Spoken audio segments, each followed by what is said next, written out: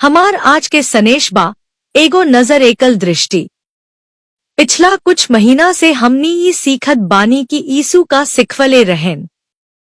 अब हमनी उनका सबसे मशहूर उपदेश जेकरा के पहाड़ी पर के उपदेश कहल जाला ओकर आधा से बेसी पार हो चुकल बानी। एह सनेश में हमनी के आउरी बातों सीखल जाई। यीशु काहे आइलन? यीशु यह दुनिया में आइलन हमनी के पाप खातिर बलिदान देवे खातिर। ऊ रास्ता खोल दहलन ताकि पाप में फंसल लोग आपन असली मकसद फेरू से पा सके, मतलब परमेश्वर के पवित्र आ नीमन बेटा बेटी बन सके। जब यीशु धरती पर रहले त लोगन से कहलन कि ऊ लोग उनकरा से सीखे आ उनकरा जैसन बने, काहे कि यीशु ही परमेश्वर के परिवार खातिर आदर्श बा। मत्ती 4:19, मत्ती 11:29, रोमियन 8:29। पहाड़ी उपदेश यीशु के सिखावल के सबसे बढ़िया उदाहरण हा, जहां बतवले की परमेश्वर के बेटा बेटी लोग के स्वभाव, चरित्र आ परमेश्वर से उनका रिश्ता कैसन होखे के चाही। यीशु के ई उपदेश के सही से समझे खातिर ई देखल जरूरी बा कि किनका से बात करत रहले आ का सिखावे चाहत रहले। यीशु पहला सदी के इस्राएल में एगो यहूदी के रूप में जन्म ले। उनका नबी लोग के किताब के हिसाब से यहूदी लोग मसीहा परमेश्वर के भेजल एगो दिव्य आदमी के इंतजार करत रहले। वो लोग मानत रहले कि मसीहा आई परमेश्वर के राज स्थापित करी आ सदा खातिर भलई आ धर्म ले आई। Daniel 2:44, Daniel 9:24। यीशु के बात सुने वाला कई लोग मानत रहले कि वही मसीहा हवन। बाकिर उ लोग ही ना जानत रहले कि यीशु लोग के पाप खातिर बलिदान देवे आ परमेश्वर के राज में जाए के रास्ता खोले आइल बाड़न। अपन उपदेशन से यीशु लोगन के यह बात खातिर तैयार करत रहले कि उ लोगो उद्धार मुक्ति के स्वीकार कर ले, जवन उ आपन मौत से देवे वाला रहले। लोगन के आपन पवित्र किताब पुरनका नियम बाइबल से ही मालूम रहे कि खाली धर्मदार धर्मी लोग ही परमेश्वर के राज में जा सकेला। भजन संहिता 24:3 और 4। आज हमनी के धार्मिकता के मतलब मानेला कि यीशु पर विश्वास करके परमेश्वर से सही रिश्ता में होखल। प्रेरित पौलुसो ई शब्द के ऐसी मतलब कैलन, रोमियन 4:22 और 5 और 1। बाकिर अधिकतर जगह बाइबल में ई मतलब होला सही काम करना। रोमियन 6:16 और 18 और 20। यीशु के समय के लोग भी ई के यह मतलब में बुझत रहले। यीशु के समय के लोग धर्म आ सही काम के सब बात आपन धर्म गुरु लोग, शास्त्री आ फरीसी से सीखत रहले। बाकिर यीशु कहलन कि तोहरा लोग के धर्म शास्त्री आ फरीसी लोग से ज्यादा होखे के चाही। ई सुन के लोग चकित हो गए, काहे कि ई गुरु लोग बहुत सावधानी से मूसा के व्यवस्था जवन परमेश्वर सिनै पहाड़ी पर दहलन ऊ के पालन करत रहले। मत्ती 5:20। शास्त्री आ फरीसी लोग के काम देखे में त लागत रहे कि ऊ लोग परमेश्वर के हर नियम पूरा कर रहल बा। बाकिर यीशु के आवे से पहले कई 100 बरस से ई गुरु लोग आपन खुद के परंपरा आ नियम जोड़ दहले रहले, जवना से व्यवस्था के असली भावना आ मकसद खो गयल रहे। यीशु आपन उपदेशन के बाकी हिस्सा में देखवलन की शास्त्री आ फरीसी लोग के धर्मदारी झूठ हा आ इहो बतवलन की परमेश्वर आपन लोग से कैसन सच्चा धर्म चाहेलन। मत्ती 5:21 और 48 में यीशु 6 गो उदाहरण दहलन, जैसे ऊ देखवलन की ई लोग परमेश्वर के नियम के गलत तरीका से समझवलन आ ओकर असली मतलब खो दहलन। गुस्सा, व्यभिचार, गलत संबंध, तलाक, कसम लेवे, बदला लेवे आ दुश्मन से प्रेमकारी। मत्ती 6:1 और 18 में यीशु कहलन कि ई लोग के कुछ काम बाहर से त ठीक लागेला, बाकिर उनकर इरादा गलत बा। ऊ लोग उपवास, प्रार्थना आ दानखोरी ई खातिर करत रहे कि लोग देखे आ तारीफ करे। अपन उपदेशन में यीशु इहो बतवलन कि परमेश्वर ऐसन दिल चाहेलन जे पूरा तरह से उहाँ पर समर्पित होखे। ओ ऐसन लोग चाहेलन जे उहाँ के महिमा आदर आ बड़ाई खातिर जिए। यीशु आपन सुन्निहार लोग से एगो और नया आ अद्भुत बात बतवलन कि परमेश्वर एगो प्रेमी स्वर्गीय पिता हवन जे आपन बेटा बेटी लोग के ख्याल रखेलन। यीशु कहले कि ए बात के बुझ के जिए कि रौरा एगो स्वर्गीय पिता बाड़े जे सब कुछ देखेलन आ जानेलन, खाली काम नइखे देखत बल्कि रौरा मन के इरादा भी देखेलन। यीशु लोगन के हौसला बढ़वलन कि उ लोग आपन स्वर्गीय पिता के इच्छा पूरा करे खातिर जे। यीशु इहो कहलन कि ऐसन पाखंडी लोगन नियन मत बन जे लोग देखावे खातिर नीमन काम करत बा, बलोक हर काम परमेश्वर के खुश करे खातिर कर। उपदेशन के अगला हिस्सा में यीशु सिखावलन की सबसे जरूरी चीज कहा कि जिंदगी के खाली यह सोच के मत जे बलोक आवे वाला आत्मिक जिंदगी खातिर भी तैयार रहे। मत्ती 6:19 और 21 यीशु कहलन, आपन खातिर धरती पर धन मत जोड़, जहवा कीड़ा आ जंग ओकरा के खराब कर देला आ चोर घुस के चुरा लेला। बलोक आपन खातिर स्वर्ग में धन जोड़, जहवा ना कीड़ा खराब कर सकेला, ना जंग आ ना चोर घुस के चुरा सकेला। काहे कि जहवा तोहार धन बा ओही जगह तोहार मनो रही। यीशु का कहले एकरा के समझे से पहले हमरा लोगन के ई दुनिया आ आपन भविष्य के बारे में कुछ बात बुझ लेवे के चाही। परमेश्वर एह दुनिया के आपन परिवार खातिर एगो घर के रूप में बनवले रहेन। बाकिर पाप के चलते ई दुनिया अब वैसना नइखे जैसन परमेश्वर बनवले रहेन। जब आदम जे पहला आदमी रहुवे पाप कैलक त खाली मनई ना धरतियों बिगड़ गईल। उत्पत्ति 3:17 और 19। ई भौतिक दुनिया पापा मौत के श्राप से भर गईल। एहजा खाली मनई ना मरला बल्कि हर जीव मर जाला आ निर्जीव चीजों धीरे धीरे खराब हो जाले, टूट जाले आ बिखर जाले। रोमियन 5:12। जब आदम पाप कैलक त पाप पूरा मानव जाति में आ गईल।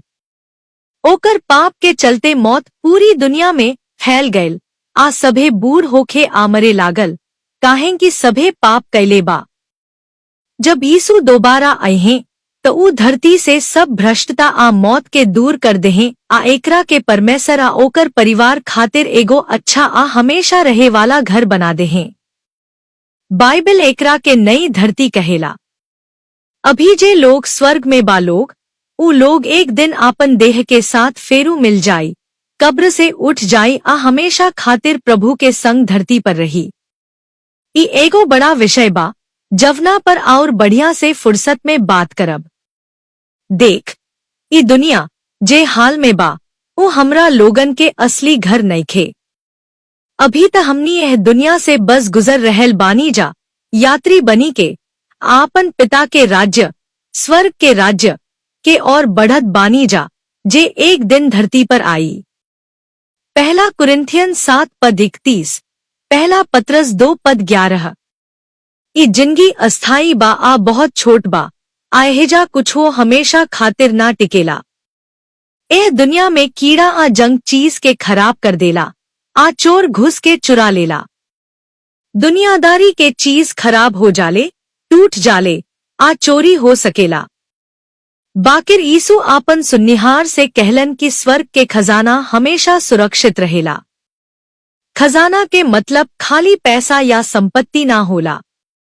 ई त बहुत चीज हो सकेला, मान सम्मान, ताकत, ओहदा, सफलता आ लोग के तारीफ।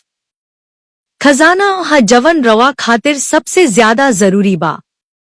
यीशु के मतलब ई ना रहल कि रवा बचत मत कर, चाहे बढ़िया गाड़ी मत चलाव। ऊ ई बुझावत रहन कि रवा मन के झुकाव रवा दुनियादारी के चीज पर कैसन बा। हमनी जब ई दुनिया में आयल बानी तब कुछो ना लेके आयल बानी, आ जब जाइब तो कुछो लेके ना जाइब। ई दुनिया में हमनी के कवनो चीज के असली मालिक नइखी। पहिला तीमुथियुस 6:6 और 8 में लिखल बा, सांझ भक्ति आ संतोष एगो बहुत बड़ा धन हा। आखिर जब हम ई दुनिया में आईनी तो कुछो साथ ना लईनी, आ जब जाइब तो कुछो साथ ना ले जाइब। ऐसे अगर खाए पहनावे के इंतजाम बा तो ओही में संतोषी रह। हमरा लोगन के दिल आ प्राथमिकता हमेशा ओह चीज पर होखे के चाही जे हमेशा रहेला। जैसे जब हम आपन पिता परमेश्वर से मिली तो उहा के महिमा मिली, चाहे उ लोगन के जिंदगी जेकरा के हम अनंत काल खातिर पाप से बचा देहनी। देखी पौलुस का कहले रहलन ओह लोगन से जेकरा के उ यीशु पर विश्वास करवलन। हमनी के आशा आ खुशी कैसन बा, आ हमनी के शान आ मुकुट कहा ई रवा ही तहा। हा, जब हमनी प्रभु यीशु के सामने खड़ा रही त रवा हमनी के बहुत खुशी देबू। पहला थिस्सलुनीकियन 2:19। यीशु आपन सुन्निहार से कहलन कि यही तरीका से जिया कि रवा के धन स्वर्ग में जमा होखे, काहे कि जहाँ रवा के धन बा ओही जे रवा के दिलो रही। अगर रवा के सब अहम चीज यही धरती पर बा त रवा के धरती के बाद वाला जिंदगी में मन ना लागी, आ रवा ए दुनिया छोड़े के ना चाहब। बाकिर अगर रवा नजर अनंत जिंदगी पर बा ते छोट जिंदगी के भी खुशी से जियब। ई जिंदगी बेकार नइखे, बाकिर ई अंतिम मंजिलो नइखे। ई पहिले वाला जिंदगी और आवे वाला जिंदगी से बढ़ के नइखे। आवे वाला जिंदगी प्रभु के संग रहना ही असली मंजिल हा, जवना के हम खोजत बानी। मौत के सामना करत भइला पर पौलुस लिखलन, हमरा खातिर जियत रहना मसीह के खातिर बा, आ मर जाइब त आउरी बढ़िया बा। हम दो गो चाहत के बीच में फंसल बानी, कबो मन करेला कि यही दुनिया में रही, आ कबो मन करेला कि मसीह का लगे चली। ई हमरा खातिर त बहुत नीमन रही, बाकिर रवा लोग खातिर ई बढ़िया बा कि हम जिंदा रहूं। फिलिपियन 1:21 और 24। यीशु ई भी कहलन कि रवा के नजर बस एके होखे के चाही। मत्ती 6:22 और 23 में लिखल बा, अंखिया देही के दिया हा।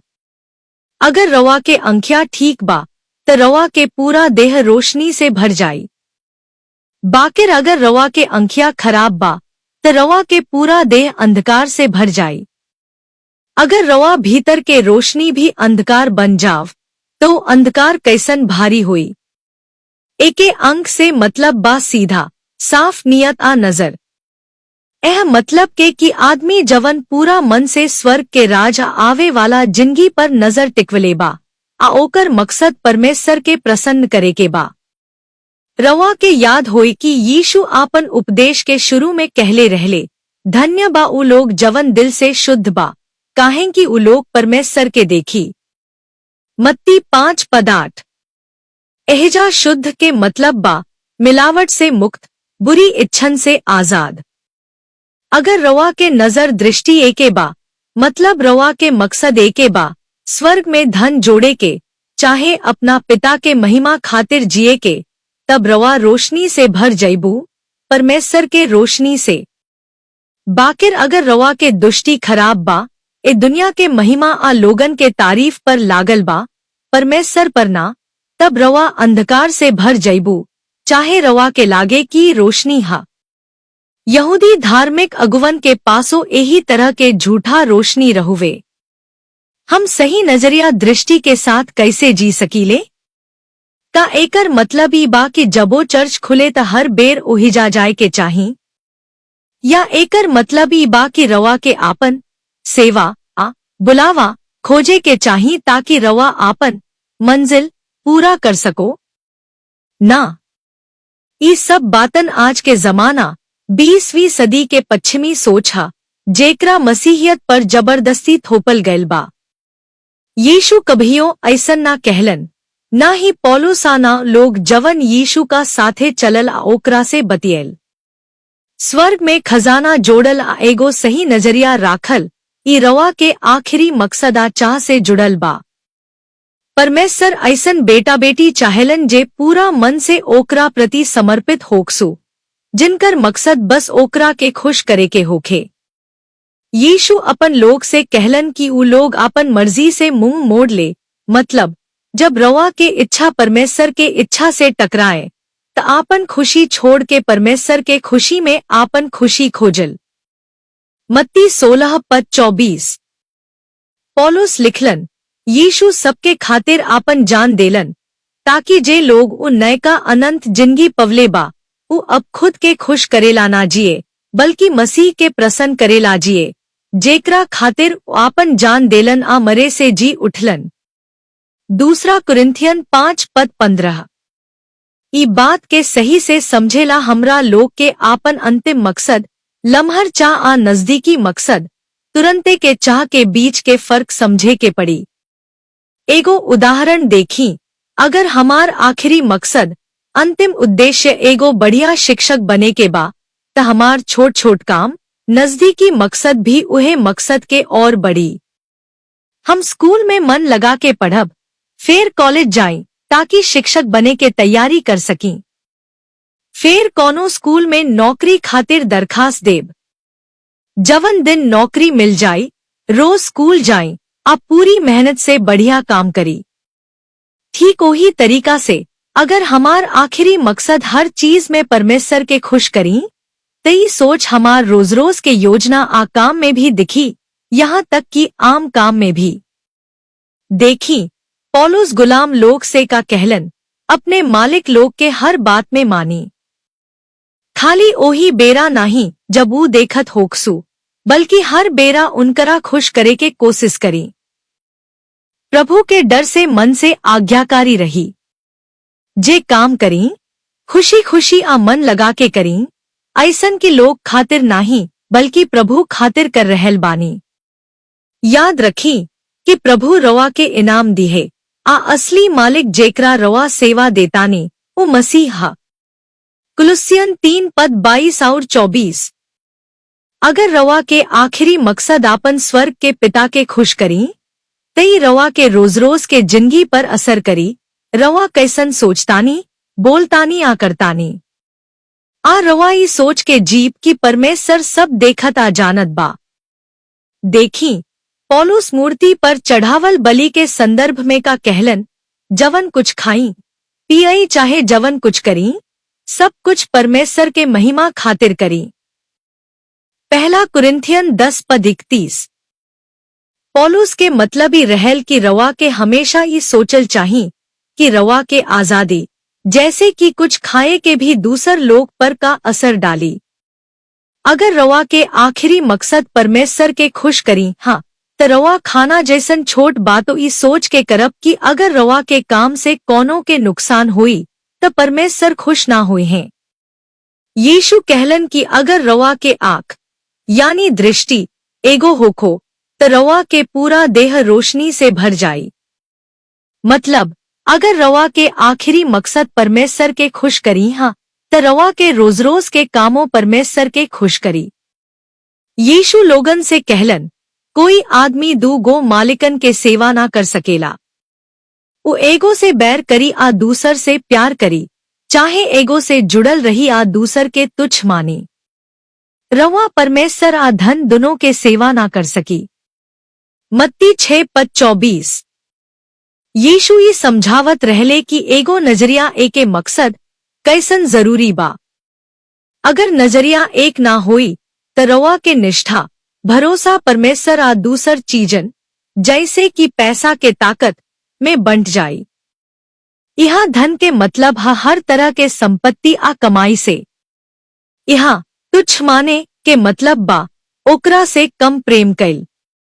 ई बात यीशु के सुनिहारन खातिर बड़ा नया आ चौंकावे वाला रह गयल, काहे कि पैसा से त लोग आपन रोजी रोटी खाना कपड़ा घर जुटावत रहले।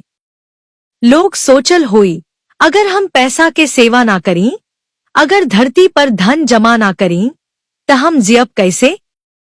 यीशु उत्तर देत कहलन, चिंता मत करी कि रवा के जिंदगी के जरूरत कहाँ से आई, काहे कि रवा के एगो पिता बाजे स्वर्ग में बा, आऊं रवा के ख्याल रखी आ रवा के जरूरत पूरा करी, जब रवा पहले ओकर राज्य आ ओकर धर्म के खोजब। मत्ती 6:33। मतलब रवा आपन प्राथमिकता ठीक करी, पहले परमेश्वर के राज्य के खोजी। ई मतलब बा स्वर्ग में धन जमा करी, आपन नजरिया एगो राखी आ परमेश्वर के सेवा करी, धन पैसा के ना।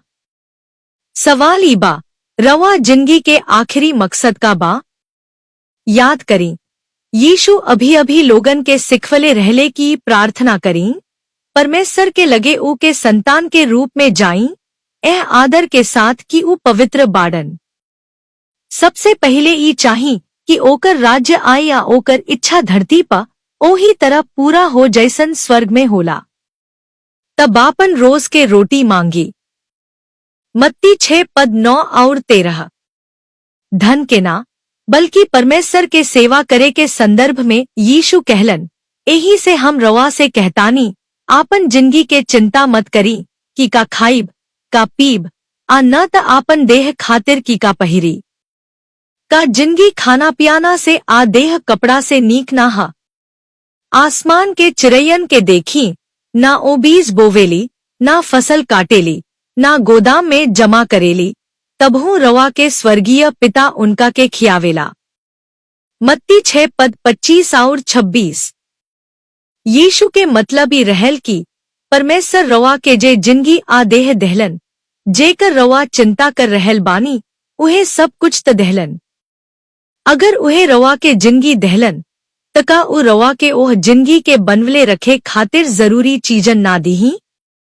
यीशु इहो याद दिलवले की कवनो अच्छा बाप अपने जानवरन के देखभाल करेला तका उ आपन संतान के ना करी। अगर परमेश्वर चिड़ैयन आ फूलन के देखभाल करेला तका उ रवा के ना करी। काहे कि उ एगो अच्छा पिता हा। फिर यीशु कहलन, तेहरा लोग में से केहू इतना चिंता करके आपन जिंदगी में एगो पलो बढ़ा सकत बा। मत्ती 6:27। का रवा के याद बा कि यीशु आपन उपदेश के शुरू में का कहलन, धन्य बा लोग जवन आत्मा में गरीब बा काहे कि स्वर्ग के राज्य उनकर बा। मत्ती 5:3। आत्मा में गरीब के मतलब बा अपने बारे में ऐसन सोच राखल कि हम हर चीज में पूरा तरह परमेश्वर पर निर्भर बानी। परमेश्वर के बिना हम कुछो ना हई। गलातियों 6:3। हम कुछो नइखी। पहला कुरिन्थियों 8:2। हम कुछो नइखी जानत। पहला कुरिन्थियों 4:7। हमार कुछो नइखे। यूहन्ना 15:5। आ हम कुछो करियो नइखी सकत। आत्मा में गरीब मतलब बा घमंड, खुद पर भरोसा आ खुद पर निर्भर रहला से पूरा तरह खाली। ई बा नम्रता, धन्य बा लोग जवन आत्मा में गरीब बा मतलब नम्र बा जे अपने के दयालु समझेला। मत्ती 5:3। आत्मा में गरीब होखला के मतलब ई मानी हम एगो निर्भर प्राणी हई अभइयो आ हमेशा खातिर। अगला हफ्ता हम आउरी बात करी बाकिर आज खाती बातन पर सोची। मानव के ई खातिर बनावल गयल कि ऊ परमेश्वर के बेटा बेटी बने आपन चरित्र आ व्यवहार में यीशु जैसन हो जाव। एह से हट के बाकी सब असमान्य बा। यीशु के सुन्निहार लोगन के ई अभी तक पता ना रहल बाकिर यीशु ओह लोग के आ हमरारोरा के फेर से ओही सामान्य जैसन परमेश्वर चाहलन ओ हालत में लौटावे आइलन। आपन उपदेश में यीशु बतवलन की परमेश्वर कैसन बेटा बेटी चाहेला, उनकर चरित्र कैसन होखे के चाही, उनकर व्यवहार कैसन होखे के चाही, आ परमेश्वर के संगे उनकर रिश्ता कैसन होखे के चाही। परमेश्वर के बेटा बेटी नम्र, दीन, दयालु रहेलन, आ सही काम करे आ सही बने के मन में लालसा राखेलन। उ लोग अपने पाप खातिर दुखी होखेला, परमेश्वर के प्रति समर्पित रहेला, आ दूसन से मिलजोल बनावे के कोशिश करेला। मत्ती 5:3-10। उ लोग ओह बातन पर ध्यान देला जवन बात ए जीवन के बादो काम आवे, आपन जीवन से परमेश्वर के महिमा बढ़ावे के चाहेला। मत्ती 5:16। हम जानतानी कि ये सिखावन कई बेर भारी लागत हुई काहे कि हमनी में से केहू अभी पूरा तरह यीशु जैसन नइखी। बाकिर ये सिखावन हमरारोरा के चुनौती देवे आ मसीह जैसन बने खातिर प्रेरित करे खातिर बा। आपन उपदेश में यीशु ओ लोग से कहलन कि उ लोग सिद्ध बनसु जैसन उनकर स्वर्गीय पिता सिद्ध बा। मत्ती 5:48।